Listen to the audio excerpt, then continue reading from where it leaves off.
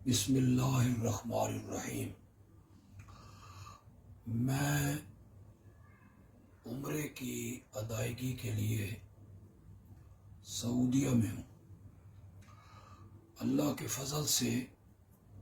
عمرہ ادا کرنے کے بعد میں اس وقت مدینہ منورہ میں موجود ہوں۔ کسی بھی مسلمان کے لیے یہ بڑی سعادت اور خوش بختی کی بات ہے کہ وہ اللہ کے گھر میں آئے، بیت اللہ کا طواف کرے اور عمرے کی سعادت حاصل کرے۔ پھر یہ بھی بڑی خوش قسمتی کی بات ہے کہ وہ مسجد نبوی کی زیارت کے لیے سفر کرے اور پھر امام الانبیاء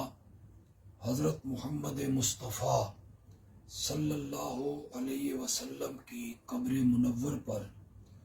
تحفہ سلام پیش کرے۔ میرے لیے بھی یہ انتہائی خوشی اور مسرت کی بات تھی۔ پھر اس خبر نے اس خوشی کو دو چند کر دیا کہ سینٹ نے ایک بل متفقہ طور پر منظور کیا ہے کہ اصحاب رسول میں سے کسی صحابی کی توہین اور گستاخی اور ازواج مطہرات میں سے کسی ام المومنین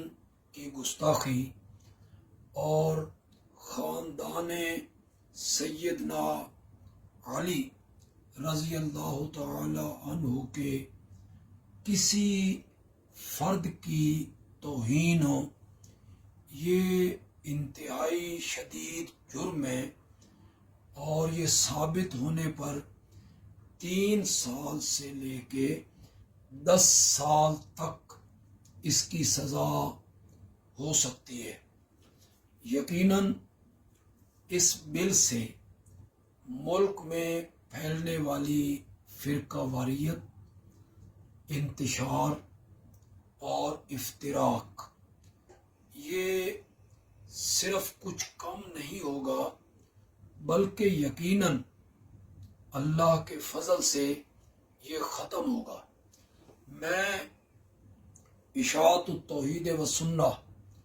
پنجاب کے نائب امیر ہونے کی حیثیت سے سینٹ کے تمام ممبران کو اس بل کے پاس کرنے پر خراج تحسین پیش کرتا ہوں۔ اس بل پر کسی کو اعتراض نہیں ہونا چاہیے، اس لیے کہ جتنی بھی مقدس ہستیاں ہیں، مقدس شخصیات ہیں، جن کا احترام، جن کا ادب ہر بندے کے دل میں ہے اور وہ ان سے والہانہ پیار کرتا ہے، جس طرح اصحاب پیمبر ہو گئے، ازواج مطہرات ہو گئیں، خاندان حضرت سیدنا علی رضی اللہ تعالی عنہ کے تمام گھرانہ اور تمام افراد ہو گئے، ان سے ہر کلمہ پڑھنے والا والہانہ محبت کرتا ہے، ان سے عقیدت رکھتا ہے۔ ان کے خلاف گستاخی، بے ادبی یا توہین اس کے لیے ناقابل برداشت ہے۔ میں